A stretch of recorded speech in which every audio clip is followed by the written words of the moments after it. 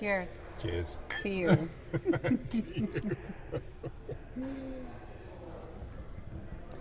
Okay. All right. Cool. Well, thank you everyone for joining us today in our very special conversation with Howard. Howard, thanks for joining. I'm pleased to be here. We've just discussed that this is Crux's very first podcast. And Howard has so kindly offered to join us. So thank you.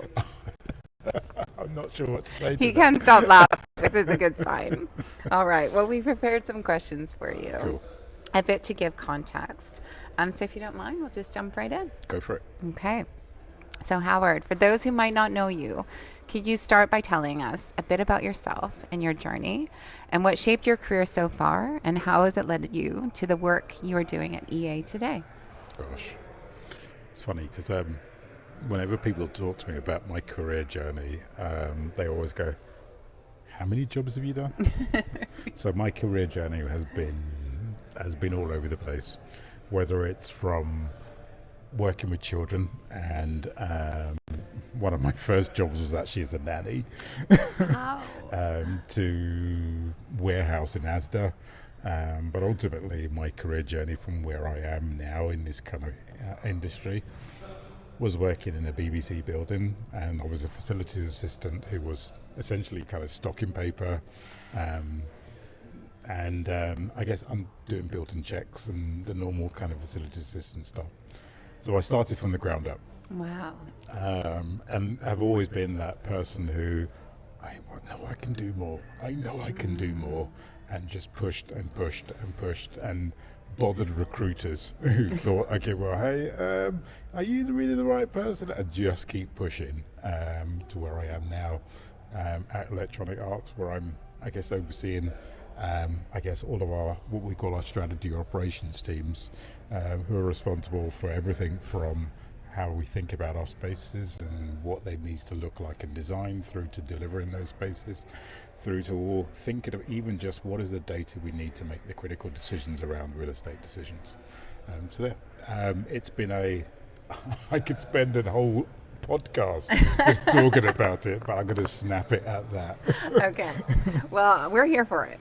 So I will listen to you until the cows come home. Yeah. But that is so interesting. I had no idea Yeah. about the ASDA and the ground up. So well done you. Yeah. Incredible. Yeah. Incredible path. You and I have been in conversation for some time. Yes. And about really the evolving nature of workplace and how design can support global performance. From your perspective, what drew you to that dialogue, and what collaboration or approach makes the biggest difference in getting these strategies right? Gosh. So what drew me to the approach? I would say that one of the things that I've always enjoyed about the role is the people side of things. Understanding what is it that people need to enable them to do what they want to do.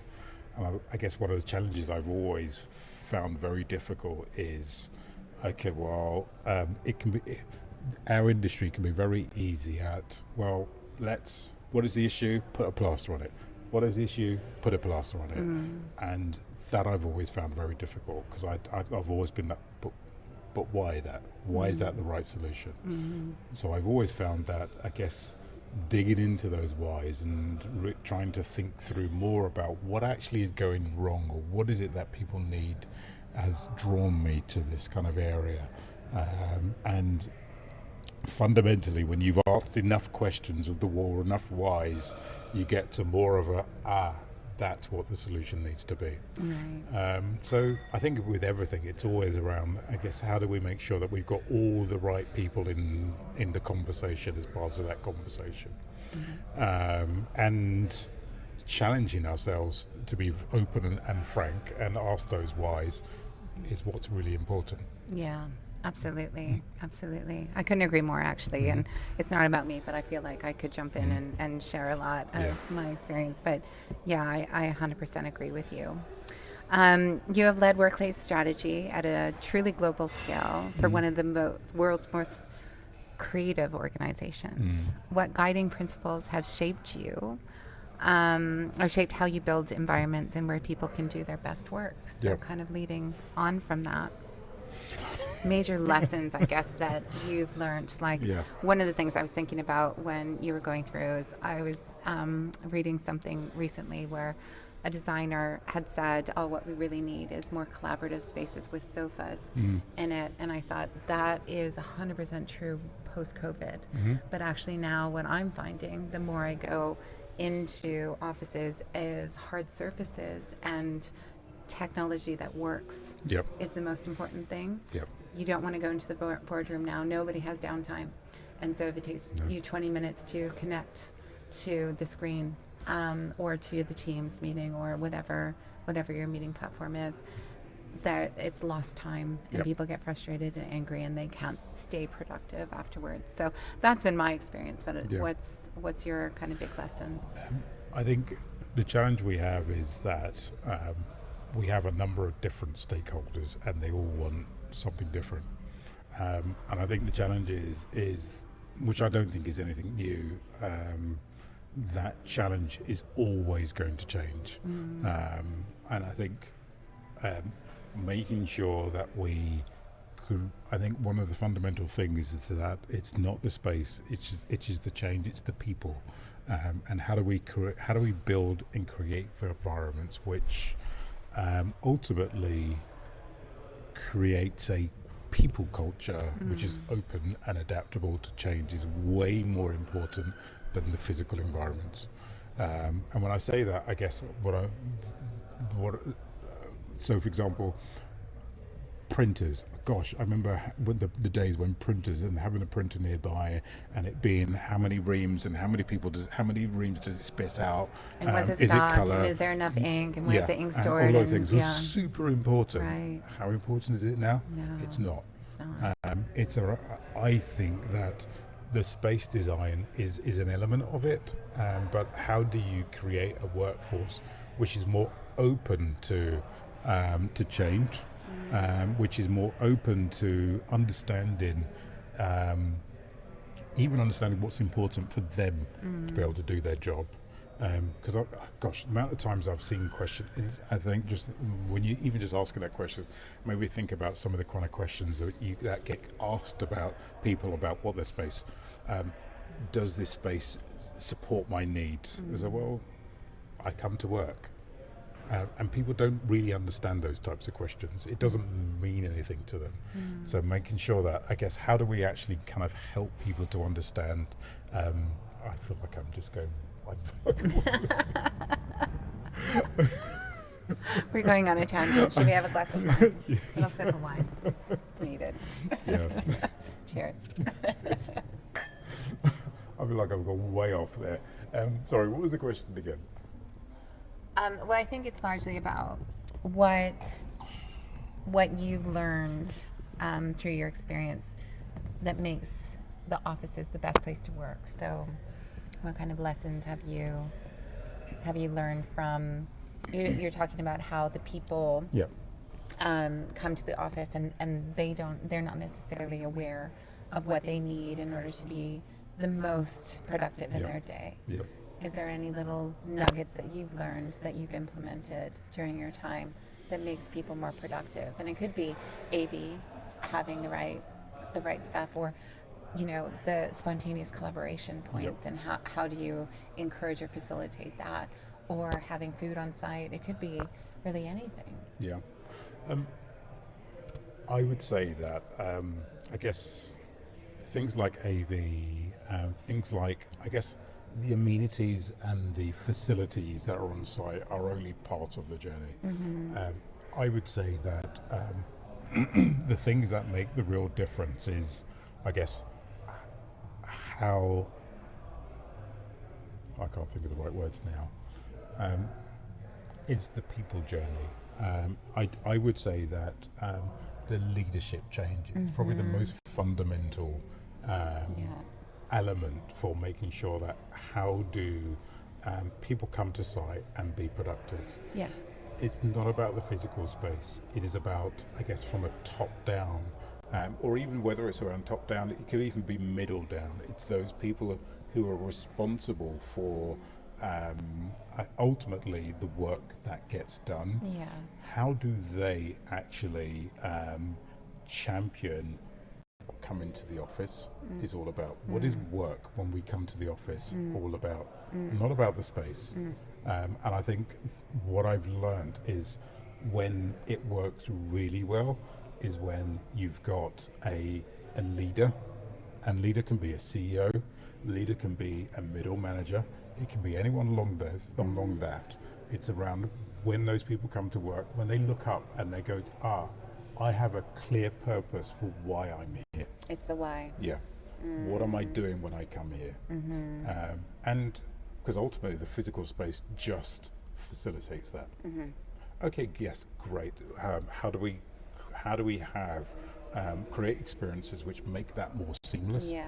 Obviously makes things more efficient, but Yeah. ultimately that, from my perspective, what I've learned is the most important thing is the why. Yeah, the why. Yeah. Yeah, I think that's quite powerful, actually. I'm going to think about that for a bit. How, Yeah. from my perspective, how can we bring the why into the physical? Yeah. I think that's a really good Which point. I think is an element of the change management that needs to go into that. 100%. And it is the, okay, well, how do we tell that story, but Yeah. also interpret that story Right. when you're designing the spaces? Yeah, and I think also the kind of negotiation of space. If the why is more about the functionality of the office Yep. being giving whoever's using the space for whatever purpose they're using needs more desking or more meeting space. I don't know, and that takes away maybe from the technical specification. Yep. But we have that rationale that makes more sense. Yep. So I'm going to think about that. That's really Okay. good. How's EA's culture influence your own philosophy on what makes a workplace generally future ready? I would say that I think one of the things that I've learned, I guess over the last few years, is adaptability. When working in an environment which is going through fast-paced change, is constantly dynamic, how do we ensure it's going back to those principles of ensuring flexibility in space, and how do we make sure that how do we minimize those fixed elements which ultimately create barriers Yeah. for that flexibility? So when you talk about things like marble staircases and how important it is for that aesthetic to kind of flow through the space, you're building a fixed element, which is Yeah. ultimately difficult to then go, oh, we want to do something different later on. So I would say that, and I think for every environment, the culture is always going to be different. But when you're working in a fast-paced environment, it's important to make sure that your spaces are adaptable, because we don't know what that need is going to be, and that could change in 6 months' time. It could change in 2 years' time. It could 2 years, 5 years' time. You just don't know. Do you think that's more true for EA because it is such a fast-moving games company than it would be for more of, we won't mention the brand that we were speaking about before with the marble staircase, but they're more fixed, Yeah. don't they? They're more traditional, maybe are not as dynamic as what you... I don't think so, no. I think I would say that elements of these types of things that get built into space are quite often symbolism. And I think Yeah. quite often it's the importance of those symbols which actually would drive some of those decisions, Right. rather than I guess, what is it we really need? Because it's really easy to sell the benefit. Oh yeah, we're going to go and put this, cut through these flabs and build out these spaces, and you can tie the benefits of collaboration and movement and da da da da. But okay, well, how much value does it really provide when we say we have to do the work of cutting out and negotiating with landlords and being able to make that happen. But hold on, at some point in time we're going to have to reinstate that, because we're never going to, no company can say it's going to stay where it is, or we'd still be in a scenario where everybody's buying their properties Yeah. and owning properties. Which no one does. Nobody does. No. So I think it depends on the value that people would place on these types of items. Yeah, that makes good sense. Moving towards the future of work and workplace strategy, as organizations continue to rethink their global real estate portfolios, where do you see the biggest untapped opportunities, both in terms of space efficiency and human experience? Ooh, gosh. Untapped opportunities. Oh, God. They're not easy questions, are No! When I scanned them on the bus.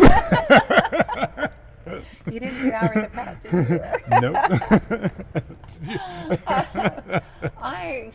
Let's work through this one. Untapped space efficiency. So, gosh, I'm working on a project right now, and it's in India. We were talking about this a little bit earlier, and their MEP strategy is very robust always. And I can understand why, because the power goes down so frequently, and you can't lose the data, especially for laboratories. However, there is equipment here in the UK and elsewhere that is used regularly. That might be a bit more expensive, but is much smaller. It takes up less real estate. What they use is probably more readily available in India, but it is massive. And so the space efficiency goes way down. However, there's always this juxtaposition because the amount of people, bums on seats, that they need is unbelievable. But you don't want to look at a sea of desks. So it's this constant negotiation with the MEP or the delivery team of could we please upgrade, spend a bit more money there and program it in, because it's going to be a long lead item because it maybe isn't readily available in India, but that we can make this space, we can claw back some space for the people using it. So that's kind of what I'm thinking. Many companies collect vast amounts of utilization data, which I know you've looked at before, but few translate it into meaningful cultural or behavioral change. How do you bridge that gap between data and design? I think what I found is that, and this is, I think, is possibly a reflection on, I guess, the limited use that I've had on them, is that I struggle with the idea of the volume amount of data and the benefit of it. Kind of data mining it to make sense of it. And I would say that, I guess, one, from a cultural perspective, I find it difficult. How much data do we need, and how do we use it? How do we make sure? And I've spoken to so many different contract companies who have gone, say, hey, we can provide you with sensors, we can provide you with this, we can provide you with this, all these technologies.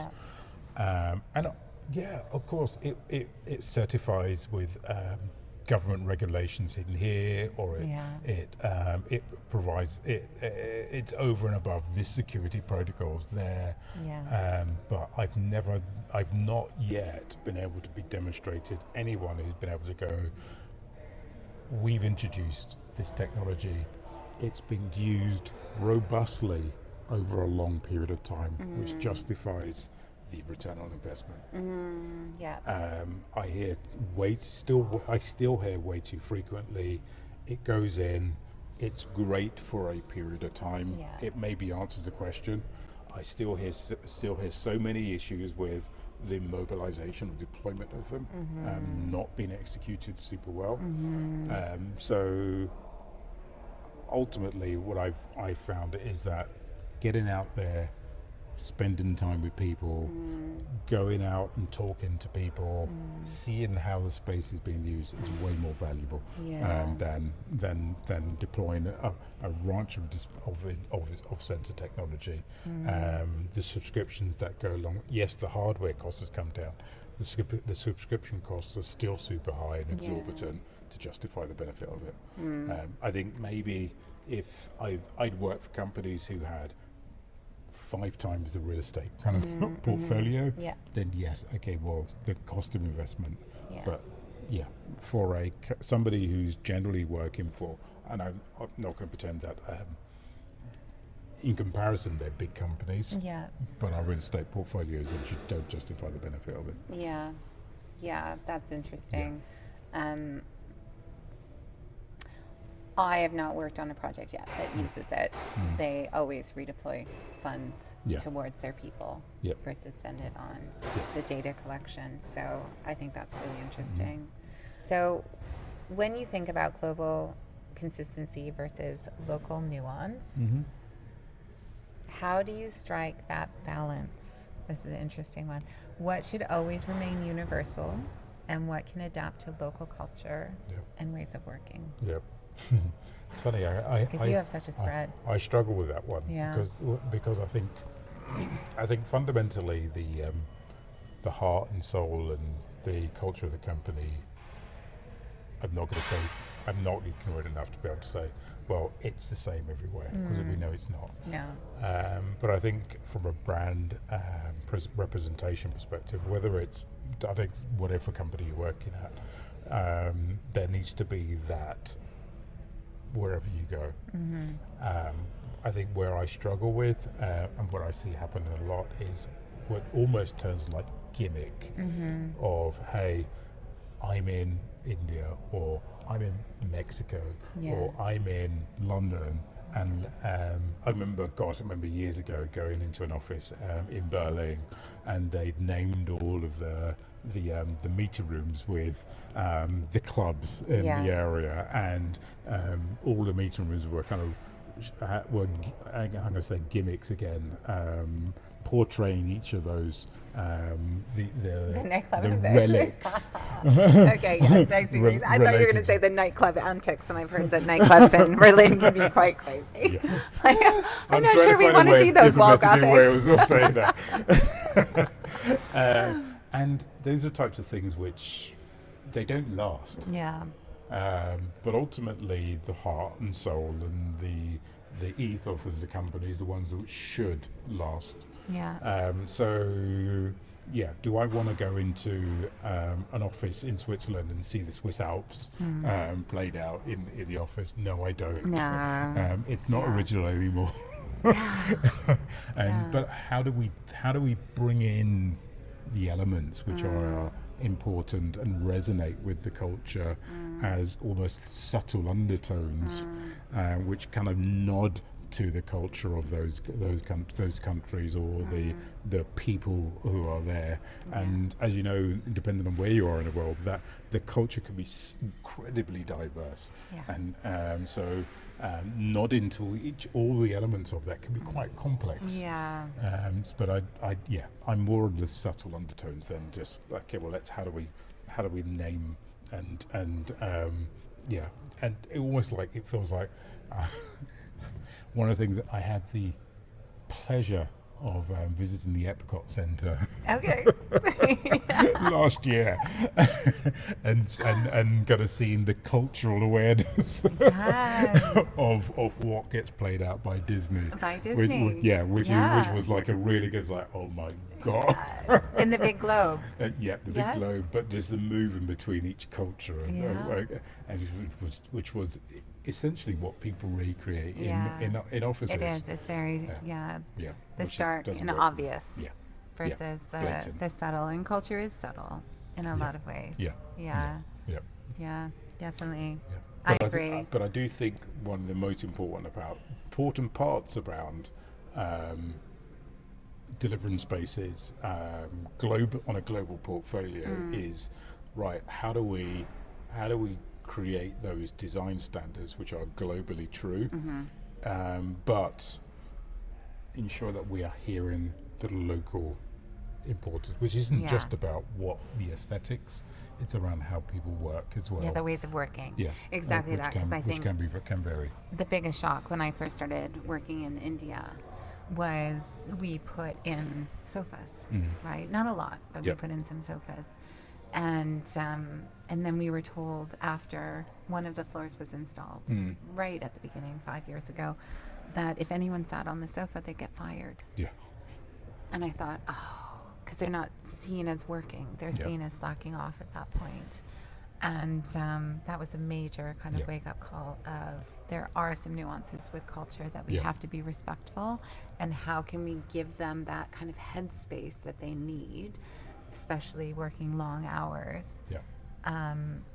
and yeah, not be a sofa. Or And you can then jump to China, where, again, you're still in the Asia Pacific region. yeah, Debates on that. But having sofas in the office is actually a good thing, right, where there is more of a culture of being able to take naps yeah, during the middle of the Yeah. day, and supporting people in that kind of environment yeah. where it's normal. The napping pods. Yeah. Yeah. So to do that. yeah, again, understanding those cultural nuances is really Yeah. important. Very important.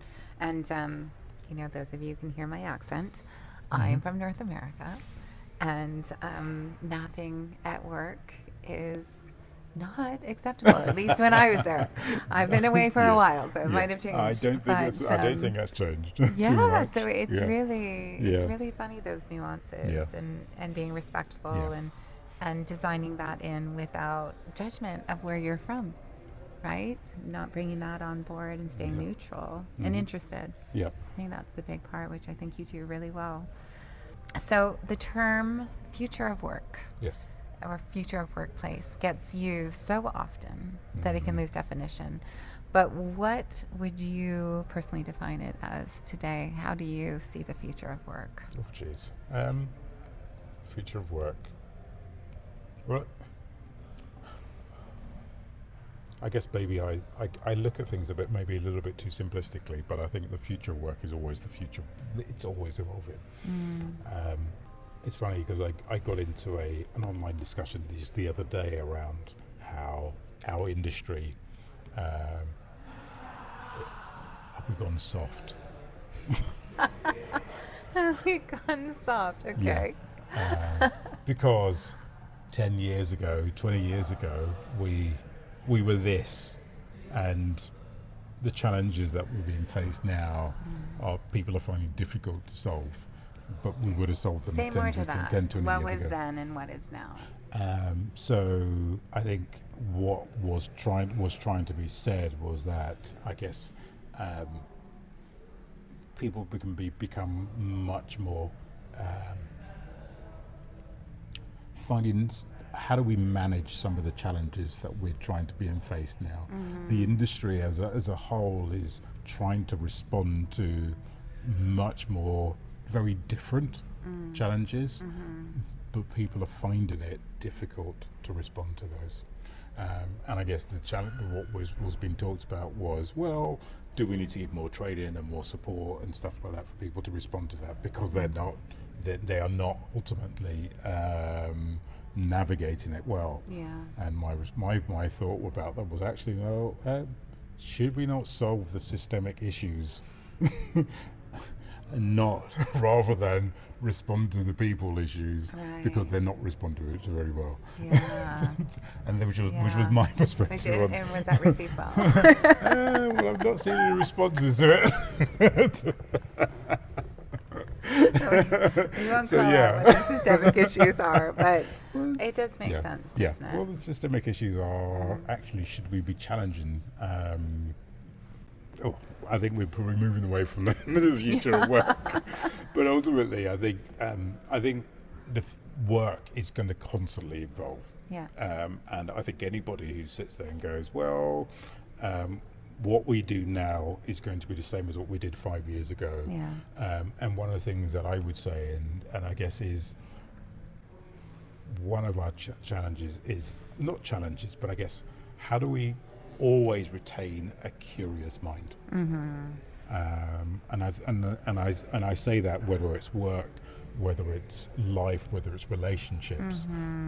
How do we always retain a mind that's curious, open to, hey, what's different, what is new, but open to very different perspectives, and open to the fact that, okay, well, what work is now is likely going to be different, whether it's the industry you're working in 6 months time or 2 months time, 5 years time, and ultimately the way that people respond to things is going to constantly change. Yeah. So I just love the idea of just being constantly curious, and that's one of my unfortunately my challenges.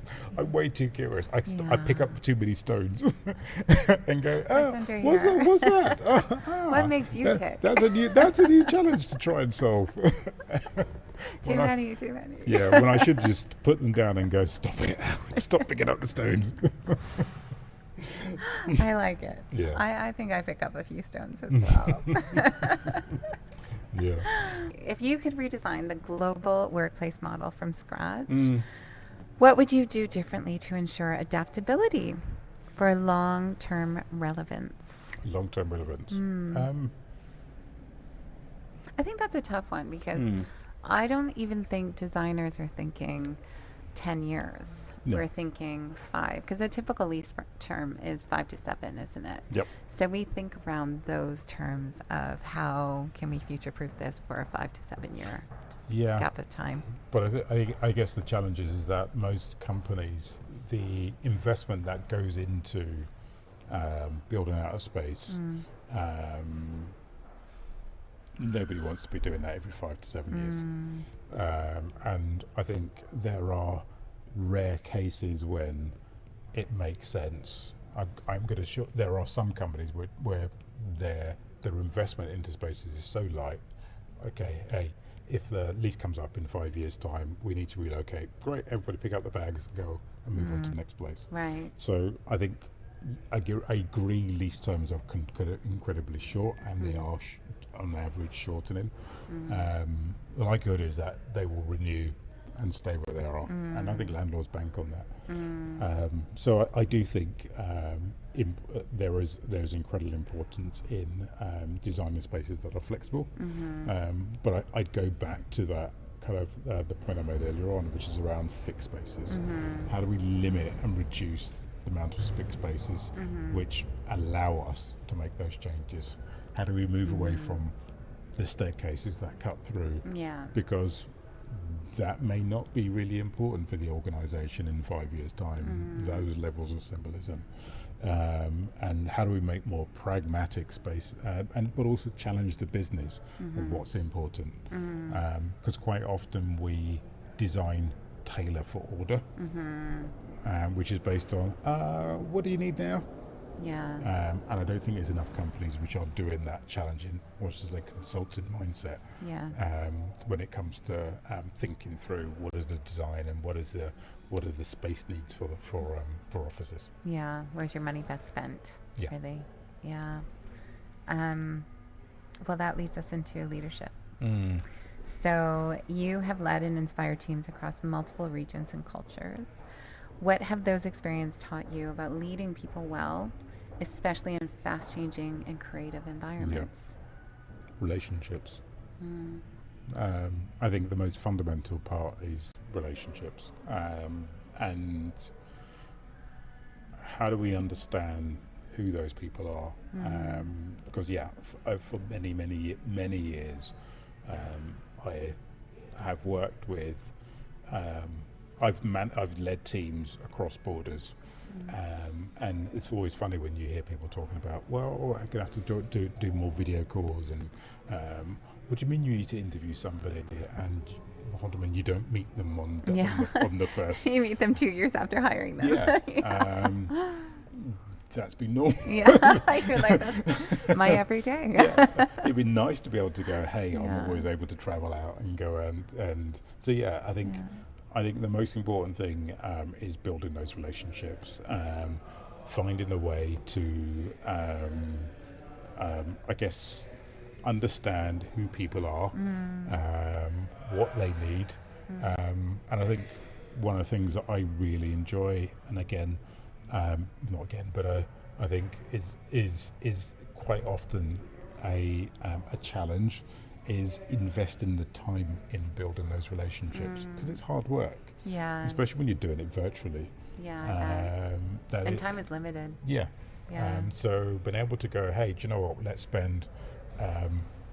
How do you create those moments which allow for, whether it's the typical coffee chats that you would have when you're in an office together, to be able to answer those questions. Oh, I've got this thing in my head, and I just wanted to have a quick chat with you. It's incredibly difficult to do that in a normal environment when you're just, oh, behold, I need to schedule time with you. Yeah. So Yeah. yeah, I think it's building relationships, developing an environment where you can be vulnerable, Yeah. and show that, hold on a minute, I am not a perfect individual, but I also think a big part of it is being able to demonstrate to them that you are the person that is here ultimately to enable them to do a good job, Right. and build for that me trust. yeah, Yeah. and so for me to be able to help them to do a job, it takes conversation. Yeah. It takes me to be able to show that actually, hey, I can be open and honest as you are with me. It's a bit like your kids, and sometimes your kids you go, well, why don't you tell me that you made this mess? Well, you're perfect. So hold a minute. What do you mean? Yeah. But no, I'm not perfect, and I've just shown you I'm not perfect. True. So yeah, that's what I guess would be the kind of the key points I'd say. Yeah. Keeping it human. Yes. Really. 100%. Yeah. I agree with that. Over the years, how have you developed your own leadership voice? What moments or challenges have most shaped the way you lead today? Getting it wrong. Yeah. Getting Life it wrong. lessons. Yeah. Gosh, but also I would say, and this is probably a shout out to those in the HR industry, is relying on those subject matter experts as well, especially when you're working cross borders, when you don't always understand, you can never ever fully appreciate the cultural nuances, and how things can work differently. So yeah, I've got it wrong so many times where you've approached a conversation with somebody and you've just seen it spiral. And it's like, how did you end up here and I'm ended up here? What went wrong here? Rewind. Let's start again. Yeah, and it's like, okay, Yeah. let's not do that one again. Yeah. So yeah, it's been the mistakes, the things that have gone wrong. That's quite powerful. And then Yeah. there's humility involved in that Yeah. too, isn't there? Yeah. To Yeah. validate. I got that Yeah. wrong.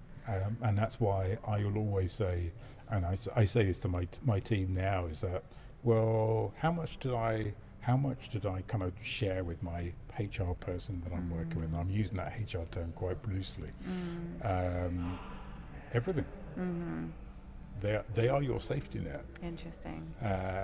So yeah, if you're going through conversations with somebody, use them as the person to be able to bounce off and go, I'm thinking about this, or having this difficult conversation. Use them. That's really interesting. Because no, they're not going to do the work for you. Yeah. You've got to do the work. Yeah. But they are there as a safety net. Yeah. So yeah, I don't know what I'd do if I'd end up becoming a solo enterprise and managing people and everything else. I'll be going, I need a HR person. That's the first person. We don't have an HR person. I'm thinking, because it's complex. Managing people is complex. It's not easy. I know. Yeah. It's like managing a family, isn't it? They all Yep. bring these complexities, and Yep. you think, all of you are so different, and Yep. yet you've come from the same person, and then Yep. you take on different people, Yep. different cultures, Yep. different age groups, Yep. right? Different genders. It all adds layers and layers and layers of and complexity. different ways of talking. Yeah. Each Yeah. of them will communicate in a very different way and have a very different expectation. And it takes time. God, I remember when was working with a member of a team. God, we're going back a long time, and I always found them really difficult to be able to kind of to be able to just have open conversations. They're always business, and even just ensuring, and because of that, I found it difficult knowing, when I was giving them instructions, were they happy? Okay, did they buy into it? And so it was always difficult navigating how to support, but also give them direction. And I think I would say there's an element of that. That's me being I'm going to say a nervous individual. I'm the kind Or of person curious, as you said before. Yeah. I'd like to make sure that everybody's happy. Yeah. Okay. And it took a death in their family. And I guess ultimately I would say how they felt I'd responded to them for that almost click to happen. But we're talking 18 months, 2 years into it, and we were working in the same office for that to happen. Right. So yeah, it's not easy. Yeah. Yeah, that's true. There are different levels. Yeah, but there were very privacy big cultural differences because we came from two very different cultural backgrounds, which I think is what showed up in there. Yeah, that's interesting. That's a long time to commit and then have something open up, but it goes to show patience. Yeah. In your view, what separates good leaders from great ones when it comes to unlocking potential in others? Yeah.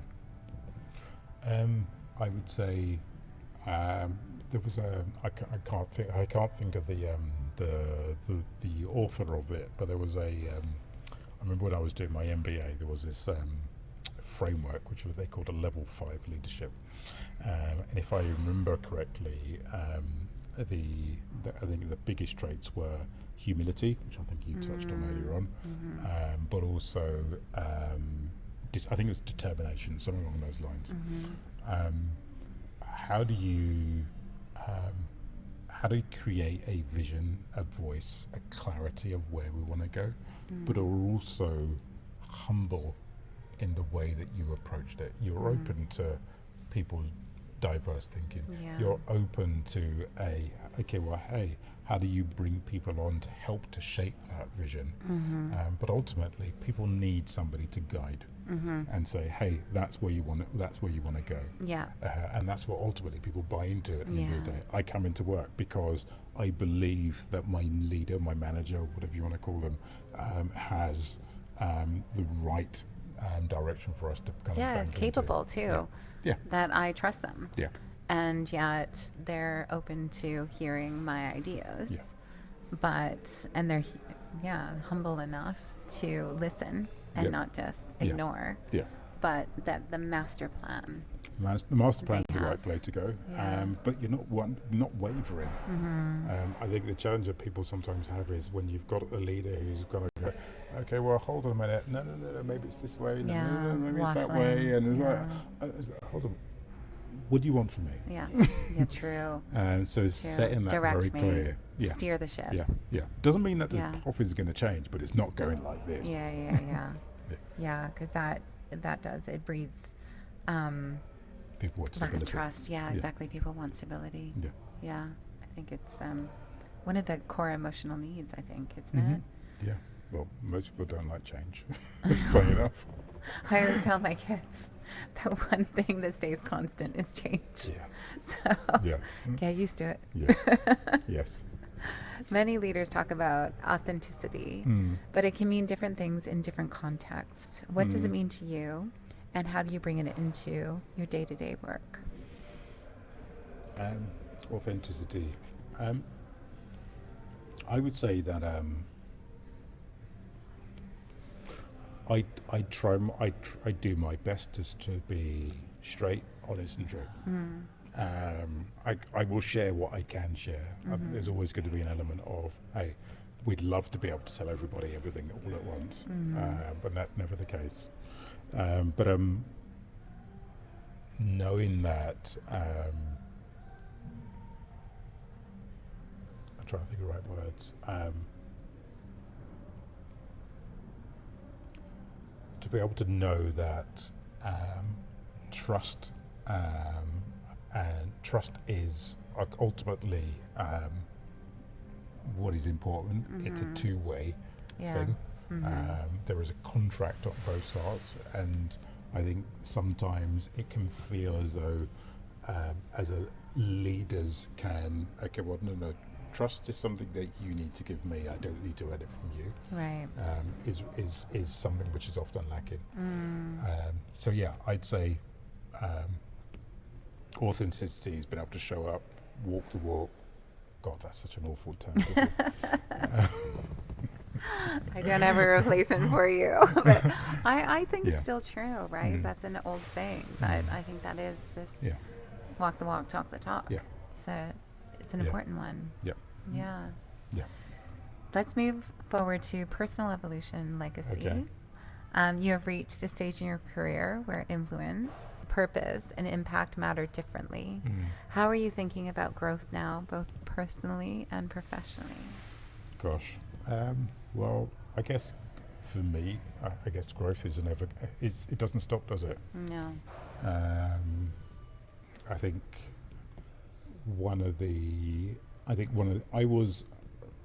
say I was really fortunate to be in a position a few years ago where I was able to take up an MBA. Where'd you do it? I did. Where though? Yeah. Oh, where? Sheffield Hallam. Okay. I did the facilities management MBA at Sheffield Hallam. Graduated. Yeah. And for somebody, when I left college, I had no idea what I wanted to do. I didn't do it at university. So it was for me it was an eye-open, an eye-watering experience. Yeah.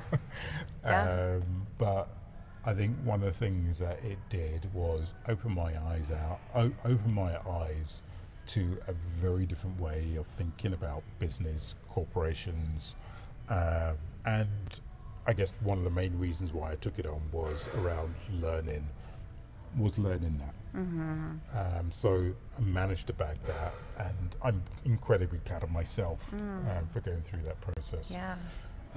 So I think one of the things that it taught me as part of that study was a lot more around but also how do you become a more 360 degree leader, which is less around the technical side of, okay, well, hey, I can do this and I can do that.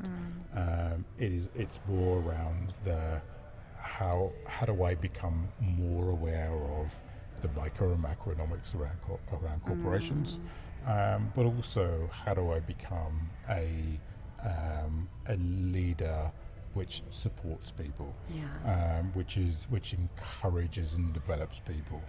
And I guess the skills and competencies that need to be able to do that. So I would say that MBA course was a gold mine of learning, which I'm still benefiting from now. Yeah. And I guess, well, God, where does my future go? Who knows? Stay tuned.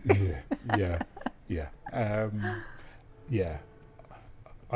Funny thing is that I've never been that aspirational. I've always admired those people who I remember interviewing people, going back again many years ago, and you ask that default interview question. So where do you see yourself in 5 years or 10 years time? And they go, well, I want to be an MD of a business. I want to be doing this. I want to be doing that. And I'm like, damn. What do I want to do? That's some clear vision. I've never been that person. Yeah. I've always looked at my boss's job and gone, oh, there's no way I want to do that. But at some point in time, I became that person in some way or again fashion. And again. Yeah. Yeah. So yeah. growth. In the moment. Yeah. You're in the moment. Yeah. Do the best you when can. the right opportunities comes up, I'm not that person that goes out, hey, this is what I want to achieve. Mm-hmm. But when the right opportunity comes along, You know it. then yeah, okay, that makes sense to And me. you go for it. Yeah. And if I'm honest, I think if anything, I've become even less that person that I was when I was younger. When I was hungry, it's like I wanted to make more. I wanted to do more. I wanted to do more. Yeah, my underdog. I've become less. I'm less of an underdog now. than I was No, you before. can't. You're not an underdog anymore. No. Hate to tell you. You have to give that card up. No. I'll always be an underdog. That demon card won't go away. I respond to that well because Yeah. being Canadian, we love underdogs. Yeah. Part of our culture. I can imagine. I respond well to that. Mhm. Yeah. How do you respond to that? I think, there's a famous, my dad is a big Canadians, and we're talking hockey, ice hockey.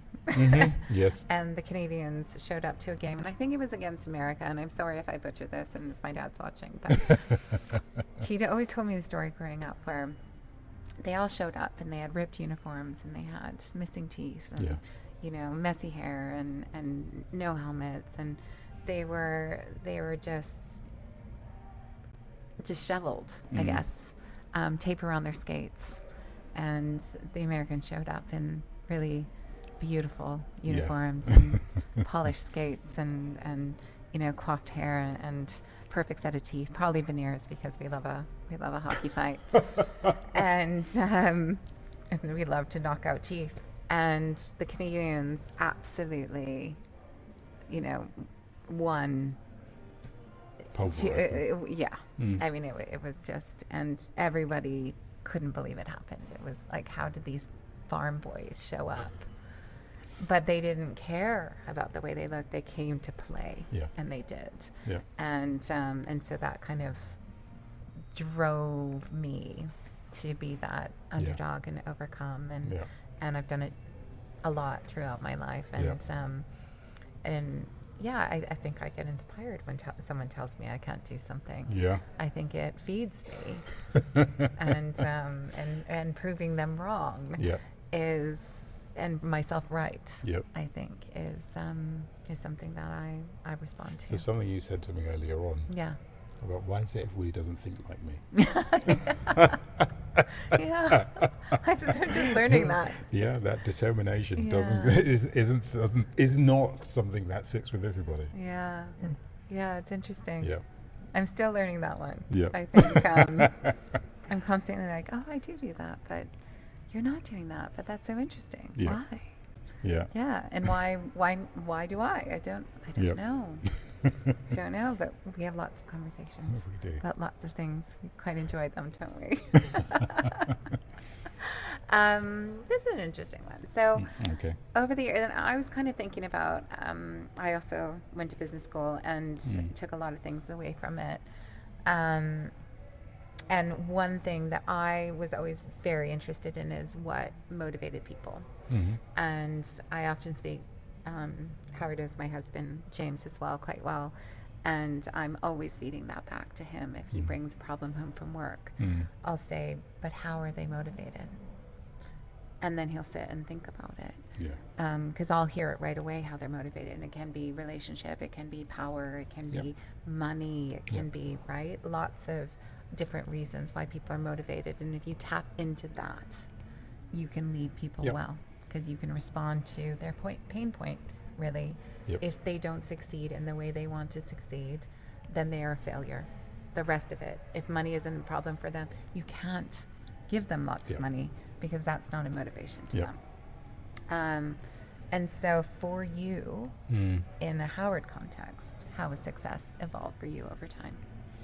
Okay. Well, how is success? What motivated me to success? Yeah, like what exactly? What do you look at and go, oh, I've got that extra zero on my paycheck, that's success? Or I've reached now this level in my career and that's success. That's one of my demons, isn't it? Yeah. Yeah. I'm not motivated by success. Yeah. People, I guess. I am motivated by supporting and creating great. I'm, and again, one of those kind of awful sayings. I'm a people pleaser. At the end of the day, I am motivated when I guess in my head I'm thinking of a scenario with a member of my team this morning, which made me feel incredibly proud, and it's those people moments which motivate Can me. you share that with us? No, I cannot No, share okay. that.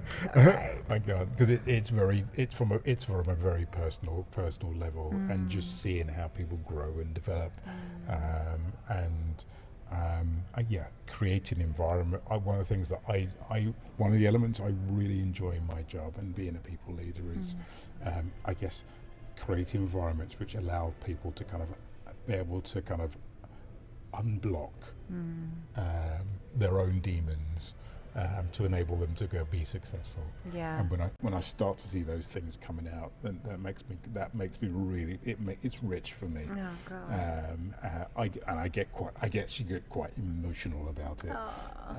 So whether it's supporting people in their job or creating environments which enable them to do their job in the physical space and so forth, or the experiences.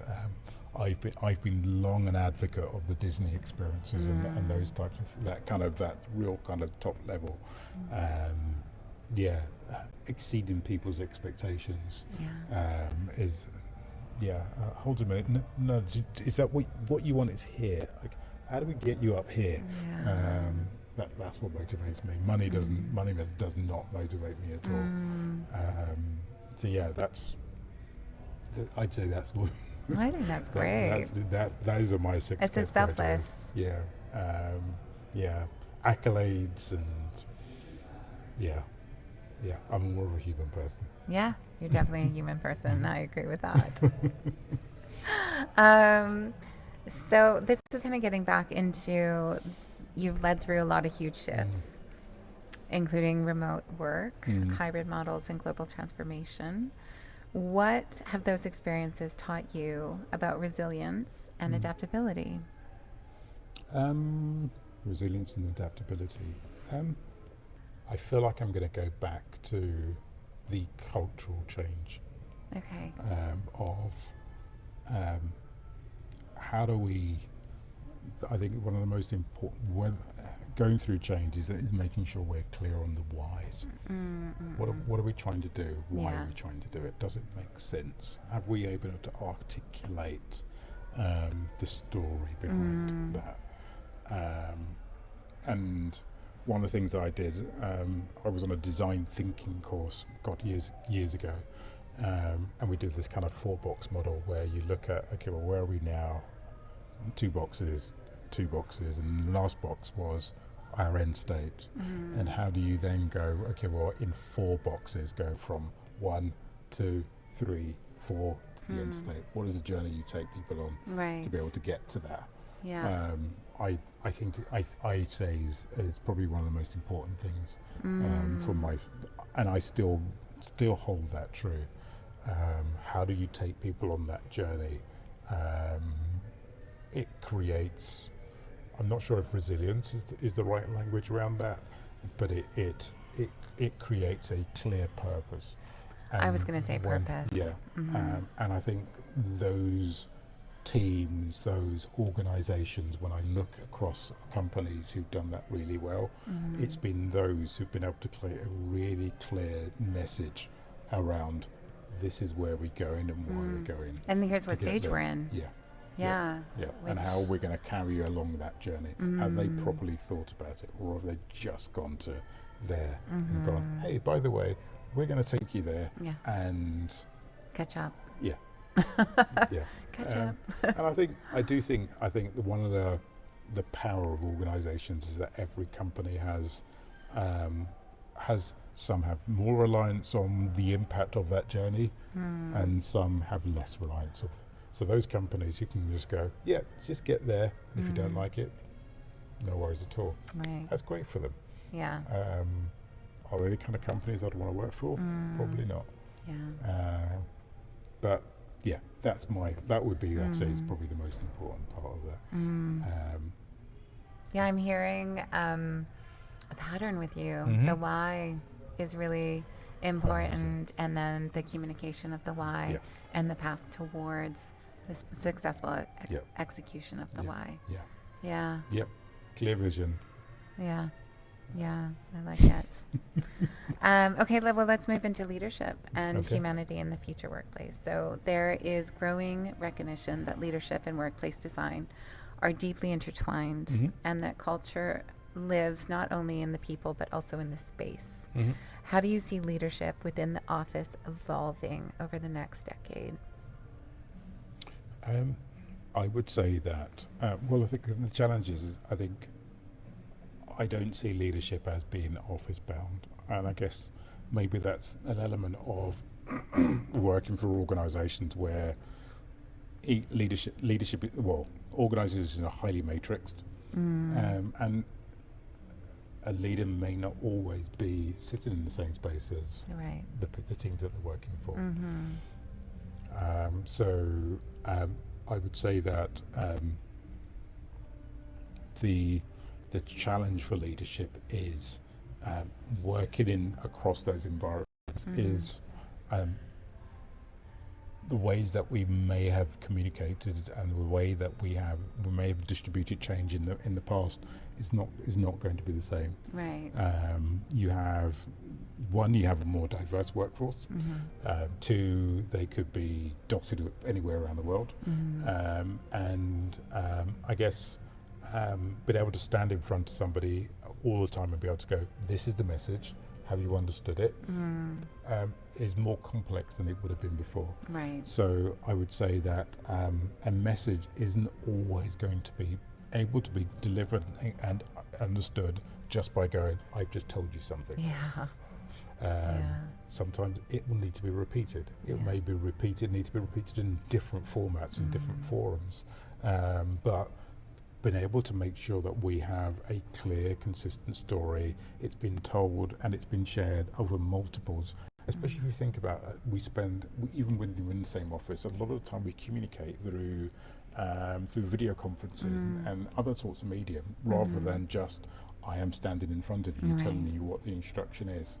And when you're in those kind of environments, how often do you sit on a video call and you're distracted by all the other things that are going on that in your environment? You could be distracted by somebody knocking at the door. You could be distracted by the 5 emails that come up in your inbox. You could be distracted by so many different things that are going on, or even just distracted by the complexity of all the work that you've got on.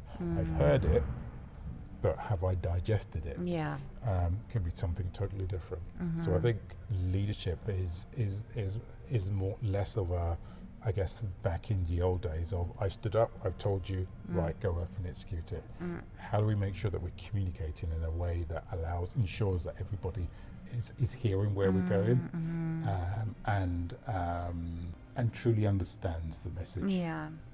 Again, incredibly more diverse workforce that we're working with. Well, and neurodiverse too. I was kind of thinking about that when you were talking. Everybody shows up from a totally different space. And even I saw a post the other day which was talking about even how language has changed, and what people say now is very different to what people say 5-10 years ago. And so I gave somebody this instruction, and they've interpreted it in a totally different way. So I think, communication is the most fundamental part for, I guess, for companies, for teams, to be able to kind of move forward. And I think leaders need to be more open to ensuring how we make sure that message is getting out there and it's reinforced. And one thing I always say that a good friend of mine as always says is, how do we laminate it afterwards? Now that's going back in the day, isn't it? Do people still laminate? Yes. Laminate. So yes. Press it. So it's not just like, oh, we've just done it, we've thrown it away and it's got out. No, it's reinforced. It's reinforced afterwards. I I love that. Yes. So yeah, another terminology which will be good. I get it. Our children are going to watch and go, I don't know what laminate means, Exactly. Dad. Yeah. Yeah.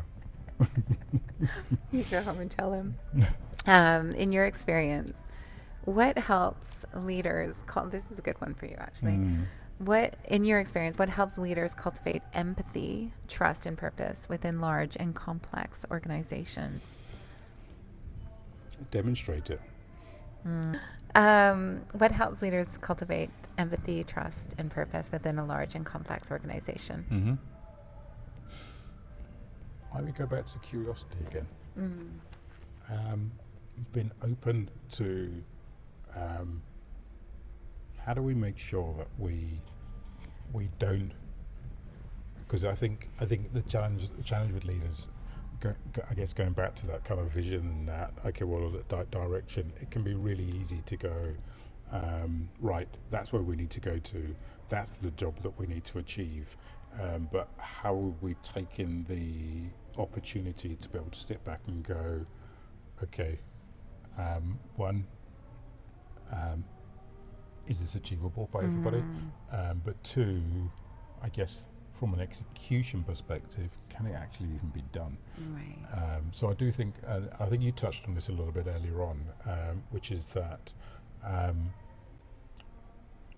think our opportunity is to be able to articulate the vision and the goals and okay, well, how do we come together to be able to determine, well, right, what is our right path to be able to do that? And so I think that's, from a leadership perspective, it allows us to be open to different perspectives. It allows us to be open to allowing people to share their various different perspectives. Did I just repeat myself? No, maybe. But I think it's worth saying. Yeah. Yeah, I think we keep going back Yeah. to the people side, which I think is brilliant. I'm going to help you out, and we're going to move to the final question, which is, if you could leave today's leaders with one challenge, one action they could take to make their workplace more intuitive, innovative, and profitable while deepening the human experience, what would it be? God, that's the killer question, isn't it? Yeah, it's a big one. This is a microphone drop. Yeah. I'm going to say it's around giving people the voice. Giving people, how do you give people the voice to be able to go, hey, this is what's important to us. And I think a lot of leaders will go, I know what's important. I know how everybody works, and the amount of times we've done, I guess I've done kind of sessions with teams, and you sit there with the leader and you go, hey, this is what my team needs, this is how they work, and da-da-da-da, and then you go and you meet with their teams and they go, no, this is what's important for us. And because they're not involved in the day-to-day of what's important, there is almost like various levels of culture. There is a leadership culture, and then there is the team culture. God, I've seen difference in those in the past. I have too. Where there's a whole subculture outside of the CEO or whatever who thinks that this is the direction of the company. But I'd say it's making sure that you create those spaces which allow people at all levels to be able to go, hey, this is what we need. I found the most richest, I guess, design processes has made sure that almost, and even how do you bring those advocates in to champion on the behalf of, because sometimes we are not always the right people to have those conversations because of those various hierarchical challenges that come up, dynamics that come up. So ensuring that it's the right people that are having the conversations to open it up, and being open to diverse perspectives. Yeah, I agree. And having that age, or just the different levels of I'm not going to say management, but just every level kind of having a voice. I think Yeah. that's very important. Yeah, and I And- think sorry. Go on. No, please. Yeah. Yeah. I think the how you kind of take that information in is gonna vary. There will be a different type of workshop for here, or a different type of workshop for there, or it may not be a workshop, it may be a survey. But I guess how do you make sure that I guess whatever you're designing reflects the needs and the cultural nuances, and those cultural nuances, as you've indicated earlier, can vary between country to country. It can even vary based on the type of work that teams do. Right. You can have two companies in the same location, and they drive in the same business, but because of the work that they're doing in those locations, it can be very different. Yeah, absolutely. So how do we make sure that we're hearing what those needs are? Yeah, brilliant. I think that's a perfect way to end. So say, I really appreciate you joining me today and Okay. and being Crux's first interview. This has been fantastic. I've learned a Yeah. lot. It's been quite rewarding. So Very glad I could be we're something. starting on a high. Thank you very much. Thank you so much for your time. Okay, cool.